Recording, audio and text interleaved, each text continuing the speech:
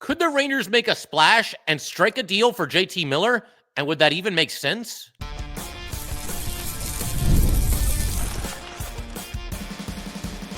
You're Locked on the New York Rangers, your daily podcast on the New York Rangers. Part of the Locked On Podcast Network, your team every day. Welcome back, Blue Shirts fans, to episode number 1194 of the Locked On New York Rangers podcast. I'm your host, John Chick. So I want to thank you guys, as always, for making Locked On New York Rangers your first listen every day. We are free and available on all platforms, including YouTube. And today's episode of Locked On New York Rangers is brought to you by FanDuel. You can start the season with a big return on FanDuel. New customers can place a $5 bet, and you will get started with $150 in bonus bets if you win your first $5 bet. Visit FanDuel.com today to get started. And we are, of course, part of the Locked On Podcast Network, your team every day. So in something of a role reversal or a 180 or whatever you want to call it here, we're actually going to spend some time in today's episode talking about a player from another team that could potentially in the future be involved in a trade with the New York Rangers. There's a report from Arthur Staple, who covers the Rangers for The Athletic, that the Rangers have inquired about JT Miller with the Vancouver Canucks. And there's a ton to unpack there, but obviously this isn't really a hot stove season around the NHL. There's trades every now and then. There was a trade involving Columbus the other day, which was pretty significant, but this isn't exactly the time of the year where you see a bunch of teams kind of wheeling and dealing, but the Rangers have kind of bucked that trend. I mean, they haven't made any trades yet, but they put it out there in that league-wide memo that they're open for business and looking to potentially shake up the core by moving at least one player from said core. In that memo, the two names at the top of the list were Jacob Trouba and Chris Kreider. And obviously, we talked about both those players quite a bit here on this podcast. We also talked about a second tier of Ranger players who I felt could possibly be included in a trade, whether that's Keandre Miller, Ryan Lindgren, Capo Caco. I'm completely against that one, but that name was out there. That was floated out there, a couple days ago here. Riley Smith is a name that I floated out there. He was a healthy scratch not too long ago, so maybe keep an eye on him. It does look like he'll be back in the lineup a little bit later here tonight against the Devils. But as for JT Miller, the idea of a reunion, there's a lot to unpack here and a lot to go through. And ultimately, I'm going to tell you guys why I don't think it's really all that likely, at least certainly not now at this point in the NHL calendar. But let's go ahead and break everything down here, because you hear a name like that, JT Miller, you know that he's gradually climbed the ranks in the NHL and really become one of the truly elite players in this league. We're talking about somebody here who had 103 points just last season. We're talking about someone who has been a point-per-game player for 3 consecutive seasons, and I believe 4 of the past 5 seasons. Even this year, before he took his leave of absence, and we're going to talk about that in a little bit here as well, but he had 6 goals and 10 assists in 17 games before leaving the team in mid-November. And the other thing that's very obvious here is that he's a former New York Ranger. And, all of us Ranger fans, I think we have a tendency to get kind of nostalgic about certain players that used to be on this team, especially if they performed well while they were here, if they, became crowd favorites through their caliber of play. Then I think certainly that makes you that much more interested in a reunion if you're a fan of this team. And JT Miller is really no exception. He played a really big role for this team, or a significant role, I would say, in the mid-2010s Ranger teams. Now, the year they went to the finals in 2014, he wasn't involved that much with that team. He did play in 30 regular season games and an additional 4 playoff games, but it was the year after that where Miller really kind of carved out a role for himself and really became a Ranger regular. The Rangers went back to the Eastern Conference final that year, but unfortunately, obviously lost in 7 games against Tampa. The other big memory that I have for JT Miller, and I'm sure some of you do as well, the overtime game-winning goal against Buffalo in one of the Winter Classics. If the Rangers play outside, they win. It's really just that simple, and obviously JT Miller was the hero on that play. But beyond the nostalgia and beyond the fact that he's just a great player, you can see why the Rangers would be interested beyond that, because he's a very hard-nosed player, very physical. He racks up a ton of hits every single season. He's aggressive on the forecheck, just an aggressive player in general. And I know hearing all that is probably music to the ears of a lot of Ranger fans out there that want this team to, get more physical and get tougher. Certainly a better forecheck would be nice. And JT Miller brings you all of that. He's also a very emotional player. Sometimes that can maybe be to his detriment a little bit, but he does bring that raw emotion that I think you like to see. And you watch this Ranger team play over the last 6 games here, 1-5 with the one win being against Montreal. That seems like something that they are somewhat lacking right now. There's certain games over this stretch here where the fire just isn't there. The intensity just isn't there. And JT Miller, he's going to deliver a lot of that for you, whether he's playing for the Canucks or the Rangers or anybody else. Something else that I think is also kind of underrated about Miller, he can play all 3 forward positions. So you've really got some versatility. And if you were to strike a trade for somebody like JT Miller, I don't know that there's like an obvious, line combination that you would go with going forward. Like, where exactly would you put Miller? I mean, you would certainly find a place for JT Miller. Don't get me wrong. You can put him on any line and just throw him out there. But yeah, I mean, you would have, some questions. Do you put him, with Miller, with Mika and with Kreider to try to get the 2 of them going a little bit? Do you put Miller at center on the 3rd line, let Kakko move back to wing? I don't think that's really necessary because Kakko's obviously played well at wing. There's a lot of options there for sure. But I did want to read a portion of the article from Arthur Staple where he talked about how the Rangers might be interested in reacquiring JT Miller. So let's go ahead and do that right now, just so you guys have some context here. This is straight from the story here. A league source said the Rangers recently inquired with the Canucks about JT Miller, who is currently on an indefinite leave of absence. Miller was a 2011 first-round pick by the Rangers and has been coveted by Drury before. The Rangers were after Miller before the 2021-22 trade deadline, but wouldn't include Braden Schneider in a deal. Miller then signed a 7-year extension worth $8 million a year, pulling him off the market. And I do think that's a hurdle for sure that the Rangers would have to clear if they were going to acquire JT Miller. There's a lot of hurdles they need to clear, but one of them is certainly the fact that he does make $8 million a year and is only in year 2 of a 7-year contract.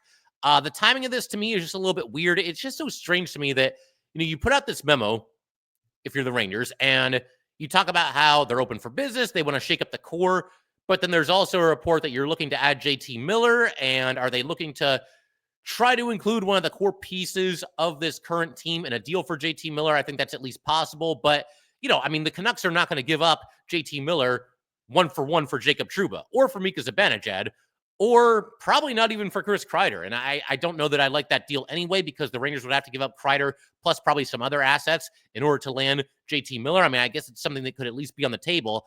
But honestly, I'm getting ahead of myself a little bit. I want to turn the page in just a second and talk about why I just don't really see a path for this deal being completed. And I just don't think that it's the move for the Rangers to make, particularly at this spot on the NHL calendar. It's not impossible. You never know when a blockbuster deal can happen, whether it involves the Rangers or any other team. The timing of this, to me, is just a little bit strange. You also add in the fact that the Canucks are not really a bad team. I mean, they're in 6th place in the Western Conference, 3rd place in their division. So it's not a team that's like, okay, let's sell and let's unload. I mean, if anything, they're going to be looking to add to their team, one would think. But like I said, getting ahead of myself just a little bit. We'll get to all that good stuff in just a minute. And then a little bit later in today's episode, going to shift our attention to tonight's game against the New Jersey Devils and talk about why I think this is probably the Rangers' biggest regular season game in any kind of recent memory. I mean, you could go back 5 years. I don't want to say 10 years. I mean, it's so hard to remember everything that happened over such a long span of time. But this is up there, man. This is one of the biggest regular season games that this team is going to play in a very long time. So we'll discuss all that good stuff in just a second. All right, we just want to take a minute to let everybody know that today's episode of Locked On New York Rangers is brought to you by PrizePicks. PrizePicks is the best place to get real money sports action. With over 10 million members and billions of dollars in awarded winnings, PrizePicks has made daily fantasy sports accessible to all. You just pick more or less on at least 2 players for a shot to win up to 100 times your cash. Run your game all season long with PrizePicks. You can now win up to 100 times your money on PrizePicks with as little as 4 correct picks. PrizePicks is the best way to get action on sports in over 30 states, including California, Florida, Georgia, and Texas. PrizePicks now offers Venmo for quick and easy deposits and withdrawals into your account this sports season. Sign up today and get $50 instantly when you play $5. You don't even need to win to receive the $50 bonus. It is guaranteed. Download the app today and use code LOCKEDONNHL to get $50 instantly after you play your first $5 lineup. Once again, download the app today. Use code LOCKEDONNHL to get $50 instantly after you play your first $5 lineup. PrizePicks, run your game. All right, let's go ahead and keep everything rolling here on Locked On New York Rangers. Huge shout out to the everydayers. As always, as I just mentioned a second ago, Rangers going to be back in action tonight at home against the New Jersey Devils, looking for their second straight win. Absolutely huge game for the Blue Shirts. Whatever happens, we'll be breaking it down in greater detail in our next episode. But for right now, to continue the discourse on JT Miller here, and to more specifically look at the reasons why I don't know that it's all that likely. And honestly, I'm not even so sure that they should do it, at least not right now, at least not until we see how things are going to play out with this New York Ranger team. To begin with, this is something that, I mean, you can decide how big of a deal this is to you one way or the other, but JT Miller over the years has had at least some issues with his attitude. Now, on one hand, maybe this Ranger team needs a jolt like that. Maybe they need somebody in there who's, a little bit fiery and a little bit of, maybe even a loose cannon, you can call him. But there have been examples of this over the years. JT Miller, right before the Rangers, had their big fire sale and when they were, rebuilding this team and making all those moves at the trade deadline, so many years ago, Miller kind of got in Henrik Lundqvist's face during a play stoppage and was kind of barking at him a little bit. 2 days later, JT Miller was traded to Tampa Bay. And the funny thing about that is that we were all mentally preparing ourselves for, the Ranger fire sale, and they're going to trade all these veterans and all these different guys. And they did that. Pretty much everybody who had trade value or just about was on the way at that trade deadline. But we didn't really hear JT Miller's name being kicked around because he was still really young at the time. Even now, he's still only 31 years old. But he ended up getting dealt, and he goes along with Ryan McDonagh to Tampa in exchange for Hayek, Howden, Nemestikov, and 2 draft picks. And needless to say, that trade did not work out for the New York Rangers. But there was that incident. There was also an incident, I believe it was last season, with the Canucks goalie, Colin Delia. Basically, Miller was screaming at him. The situation, it was late in the game. The Canucks were down by a goal. And getting down to about a minute remaining or so, Canucks had possession of the puck in the defensive zone. And Delia kept kind of creeping out of his crease. He was going to leave and go to the bench and then went back in. Same thing, he creeps out again, goes back to the net, and Miller got furious at him. He ends up, Miller, skating behind the net with the puck and was screaming at him, slammed his stick down on top of the net to yell at him and tell him to get off the ice. That one I thought got blown out of proportion a little bit. I don't know, and I don't know JT Miller personally, but watching this again a little bit earlier today before I did this episode, it seemed more like the reason he was yelling was just to put some oomph on it and like, dude, come on, get off the ice. Like, we need an extra skater. But I still think he was in the wrong here. It's not really his call to make. And to that point in the game, Bruce Boudreau was the Canucks coach at the time. He had yet to wave him over to the bench. So, goalies are taught, watch the coach. Anytime it's under, 3 minutes to go in the game, be on your toes and look for the cue from the bench. And, he was obviously waiting for that. Also, a couple of incidents with the media where, he has said some things about his team that aren't very flattering. Now, on one hand, you could argue that maybe he's holding them accountable a little bit. And maybe the Rangers need something like that. But there have been a couple of incidents like this over the years where, I mentioned that he's an emotional player. A lot of times I think that's to his benefit. Maybe there's been some times, though, where that's also been to his detriment as well. But there's all that. The other thing to consider, kind of the elephant in the room right now, is that JT Miller right now is not playing hockey.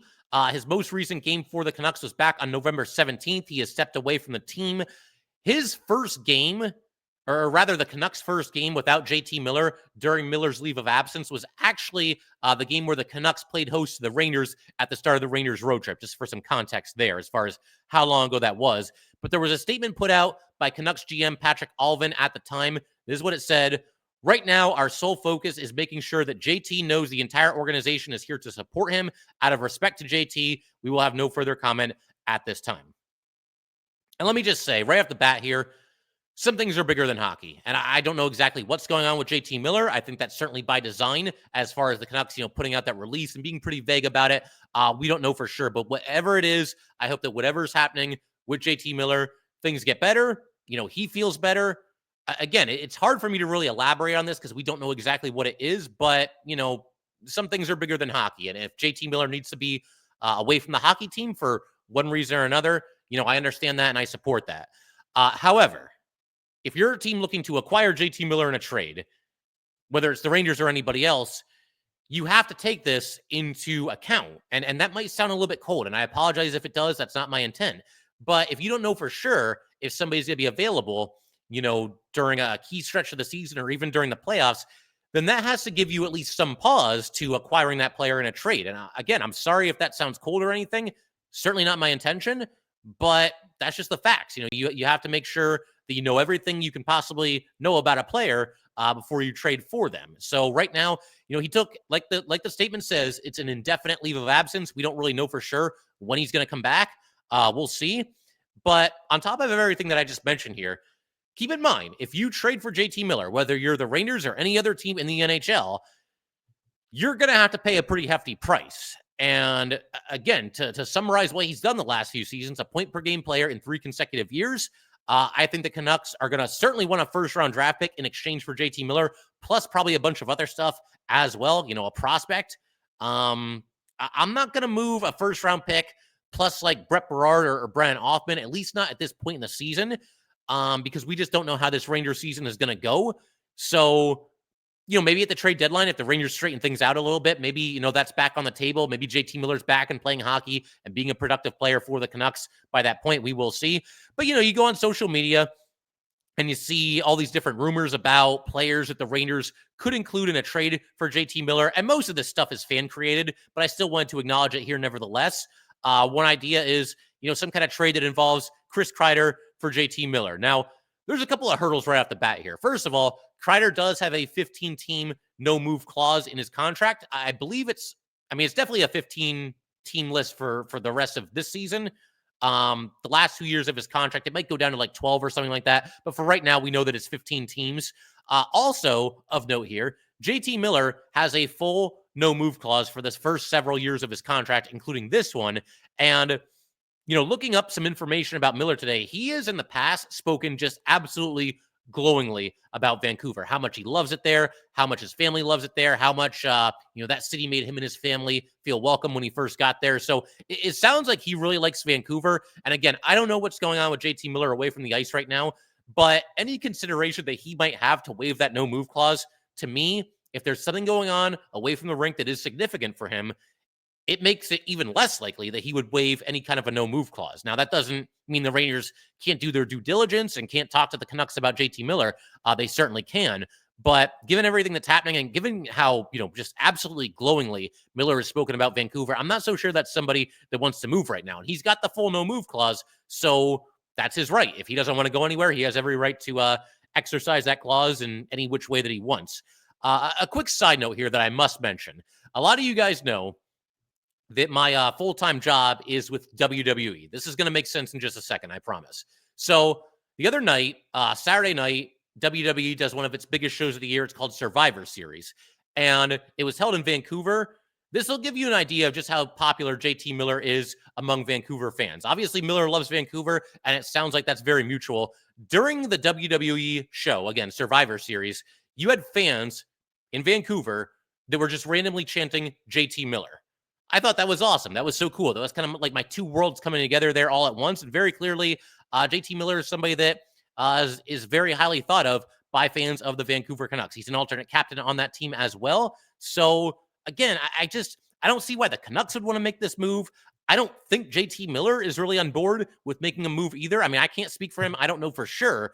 But everything that we just talked about here paints the picture of somebody who's not all that likely to be on the move. And then there's the Rangers side of things. The Rangers are going to have to give up something significant. Even if you did do a deal around like Kreider for Miller, the Rangers are taking on an $8 million salary from JT Miller. The Canucks are taking $6.5 million from Kreider. So that would be a net gain for the Canucks, I suppose. But there's not enough money, not enough of a difference in money where it would make a whole lot of sense for either team. It's not like you're saving a ton of money there. So that's something to consider as well. You also see people throw out the idea of a trade that involves JT Miller going one way, Mika Zibanejad going the other way. There are a ton of hurdles there. I already mentioned the full no-move clause for JT Miller. Mika Zibanejad also has a full no-move clause. And frankly, I think Mika is probably one of the most untradeable players in the NHL right now. To begin with, he's got an $8.5 million cap hit for the next 5 years after this one. He's got the full no-move. We know that. He hasn't played well this season. I mean, if we're just being honest here, very clearly Mika Zibanejad has played better hockey than this. So to me, he doesn't look like somebody that's all that tradable either. And on top of everything that I've been saying here, this is something that we've kind of touched on off and on throughout this entire episode, but the Rangers season right now is a wild card. And that's the biggest reason, or one of the biggest reasons why I don't see the Rangers, today, tomorrow, the day after that, striking some blockbuster deal for JT Miller, because we don't know which way it's going to go. Right now, the Rangers are in fourth place in the Metro. They would be the first of the two wildcard teams if the season ended right now. So they're basically a fringe playoff team. Now, I think eventually they'll turn things around, climb the standings at least a little bit. I hope so. Hopefully they can get things straightened out. But yeah, I mean, the idea of like making this blockbuster move and giving up a first round pick and a big prospect for JT Miller, when we don't know how this Ranger season is going to go, and we don't even know when JT Miller is going to be ready to play hockey again. And again, all the best to JT Miller, his health and whatever's going on, that comes before hockey. But these are just facts. I mean, we just don't know how things are going to shake out with regard to the Ranger season or Miller's availability as we go forward here. So we'll see. And I mentioned the cap hit too. We talked about how the Rangers, they've got some tough decisions to make next offseason, and they got to find a way around the salary cap and whatnot. Miller, that's a big financial commitment for JT Miller. We're talking about somebody who's only in year 2 of a 7-year deal that pays him $8 million per season. So, between all those things, I just don't think a deal like this is all that likely. Now, talk to me in a couple of months, because by then maybe things are different. By then, maybe Miller's back and playing hockey. Maybe he's back and excelling for the Canucks. Maybe by that point, the Rangers have turned things around. They're on a little bit of a heater themselves, and they're in a position where, okay, we weren't really sure, back in the end of November, the start of December, but we're sure now this team is going to be buying at the trade deadline. Maybe then it makes a little bit more sense. We shall see. But this, to me, just doesn't seem all that likely. We'll see. I know people like JT Miller. I know there's some nostalgia there as well. And I mean, hey, look, if the Rangers could swing some kind of a trade here and bring him in and kind of shock the system a little bit with a fiery player like JT Miller, I don't hate that idea, but just be cautious about how you're going about this if you're the New York Rangers. I don't want to see them selling off all kinds of assets at this point in the season, but we'll see how things go moving forward here. And in just a second, going to shift topics, going to take a look at the Rangers game tonight against the New Jersey Devils. For my money, once again, the biggest regular season game that the Rangers have played in at least several seasons, and I'll explain why in just a second. All right, we just want to take a minute to let everybody know that today's episode of Locked On New York Rangers is brought to you by FanDuel.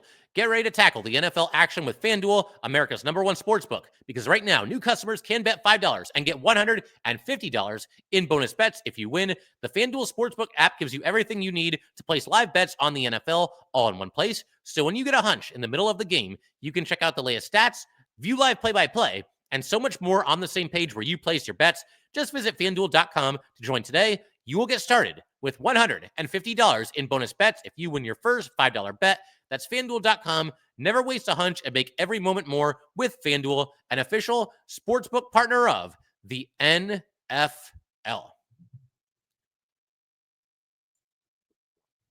All right, let's go ahead and close out today's episode by talking a little bit about this division matchup against the New Jersey Devils here. Absolutely huge game. Is this the biggest game of the season? In a word, yes, it is. And I'm going to elaborate on that in just a second. But first, I just kind of wanted to point out, I guess you could call it a scheduling quirk. I just think it's strange that we're now into December here, and the Rangers have barely played any division games so far this season. They've, I think, played more games against Western Conference teams than their own division. And granted, there's more teams in the West, but you know what I'm saying here. The Rangers just haven't gotten into what feels like would be the meat and potatoes of their schedule.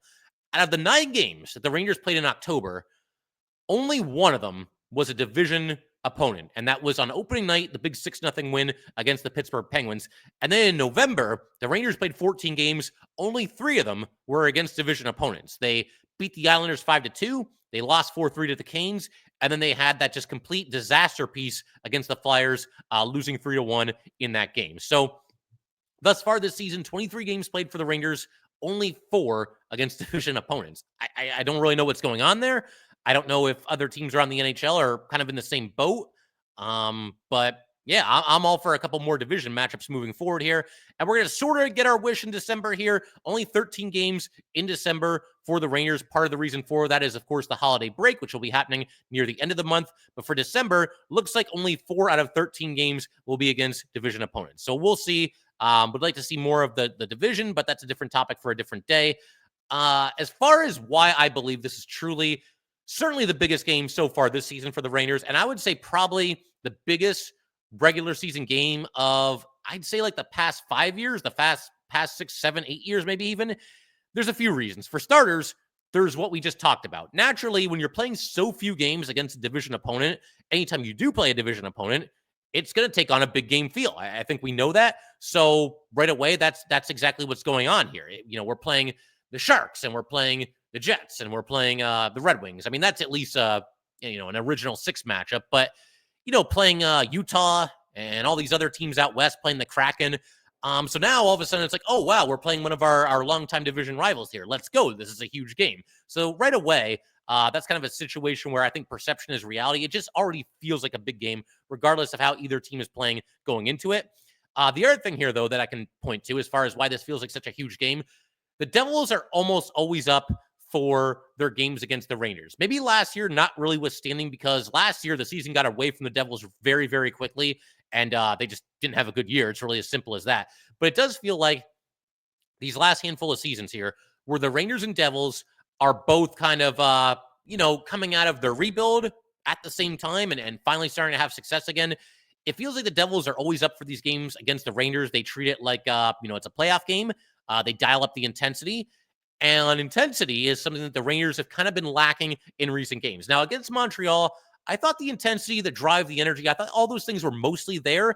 At times, it was just a lack of execution, but they did find a way to get it done. That's what I guess really counts at the end of the day. They did get the win. They did get the 2 points. But when you look at these last 6 games the Rangers have played, all put together, yeah, I do think there's times where emotion, energy, jump, call it whatever you want to call it. You guys know what I'm talking about. You all watch hockey too.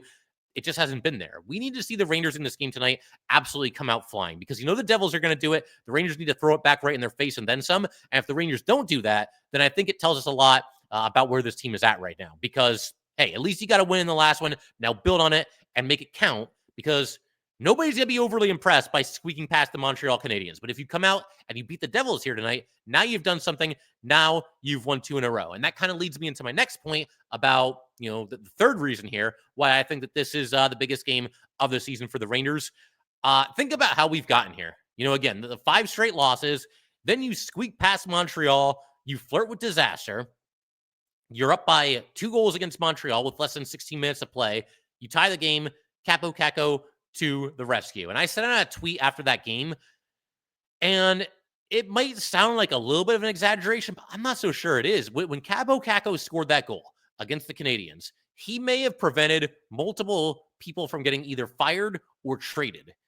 Because if you lose that game in catastrophic fashion, now it's 6 straight losses. And I mean, I don't even know where the vibes would be as of right now. But you get Cooley and Caco linking up for that goal at the end of the game. That was obviously awesome. But on top of everything I just said, now again, you haven't played well. We know that. The last 6 games have been basically a disaster cumulatively for the Rangers. But you did win the last one. And if you win this one here tonight, now you've beaten an elite team. That's a knock on the Rangers. Even before this recent 5-game losing streak, well, you know what? They haven't really played great in games against other elite teams. The Ranger record against teams in playoff position, against, kind of the heavy hitters of the NHL, was poor. The only team that they had beaten thus far this season, and this is still the case, that's currently in a playoff position, was the Toronto Maple Leafs. And that was a long time ago. It's been a while since the Rangers got 2 points against, one of the heavy hitters in the NHL. So there's all that to consider. But if you win this game here tonight, at least you go into this break that the Rangers are going to have. They're going to be off Tuesday, Wednesday, and Thursday. They don't play again until Friday against the Penguins. So at least if you beat the Devils really in any fashion, then you can feel a little bit better. If you're a player on this team, if you're a coach on this team, certainly us fans, okay, well, we've won 2 in a row, and we stared down the barrel, I guess you could say, whatever you want to call it. And we found a way to win our last 2 games, including a big win against the New Jersey Devils team, which has played very, very well this season. But if you come out in this game tonight and you lay another egg and you get run out of the building on your home ice in Madison Square Garden, the Devils are basically just skating circles around you. Now you're in a situation where you're going into that break with a record of 1-6. And again, the only win is against a pretty hapless Montreal Canadiens team. So for all those reasons, it's absolutely huge. And I mentioned, that Kako maybe got some people off the hook in terms of possibly being fired or traded. I don't think anybody's completely off the hook right now, though. Like, if they come back out here tonight and they get slaughtered by the Devils, I mean, you could see the Rangers make some moves. And when you consider the fact that they're going to be off on Tuesday, off on Wednesday, off on Thursday, when teams make changes, I feel like they're more likely to do so when you're at that type of a point of the schedule where, okay, there's some time off here. Like if they were going to make a coaching change, and I don't want them to do that, I don't think that they should do that. I don't think that they will do that. But if they were going to do that, coming off of a bad loss against a division opponent, when you've got 3 days off right in front of that, that might be the time to do it. Again, I don't want it to happen. I don't think it should happen. I don't think it will happen. But you never know what can happen when James Dolan is your owner. So there's all that to consider. It's absolutely huge, man, that this game is it's massive. If they come out here tonight and they beat the Devils 4-1, 5-1, like I said, maybe everybody starts to feel a little bit better. Really, any kind of a win would be nice. But if the Rangers can come out and really post a lopsided win against the Devils, I think a lot of people are going to be feeling better.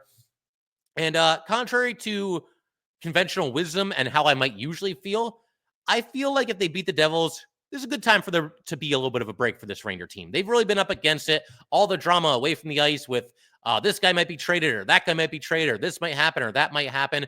You know what? Go out there, get a big win against the Devils tonight. You got 3 days off after that. If the Rangers do post a win of any kind against the Devils in this game later tonight, if I'm Peter Laviolette, I'm giving everybody a full day off on Tuesday. Nothing. Go do whatever you want to do for a day. You've got some time before the next game anyway. Mika can go DJ. Trouba can do some painting. Panarin can play with his dog, Mr. Ritzy. Kreider can do whatever Kreider does. You know, go just get away from the day. Because contrary to what some people believe, I do think it's okay for these guys to have some other interests. And I do think there are times where maybe you just need to step away for a minute. Maybe you just need a quick break from hockey. If they win this game here tonight, they got to win. I'm not giving them this if they lose. But if they win here tonight, hard-earned win against the Devils, then I think they've earned that. And I think it's okay if that happens, and that would be my personal preference. And then you come back on Wednesday, and you're ready to rock. You're ready for a big stretch in your season. The Rangers' next 4 games are all at home, including the game tonight, so they don't have to do any traveling or anything like that. Lock in and get ready to go and turn the season around. So that's kind of where things stand. Also, very much, just wanted to mention this, looking forward to the release of the Four Nations face-off. Some of the players we already know, Mika Zibanejad is going to be playing for Sweden, and Adam Fox is going to be playing for the United States. But I believe the full rosters are coming later today. Very much looking forward to seeing who's on those, and we'll talk about that in a future episode as well. But that will do it for today, guys. Once again, if you'd like to get in touch with this podcast, please send an email to lockedonnyrangers@gmail.com. Once again, that is lockedonnyrangers@gmail.com. Definitely give us a follow on Twitter as well, @LO_NY_Rangers. Once again, that's @LO_NY_Rangers. And definitely subscribe to Locked On New York Rangers YouTube channel. Thanks again, guys. I will see you next time.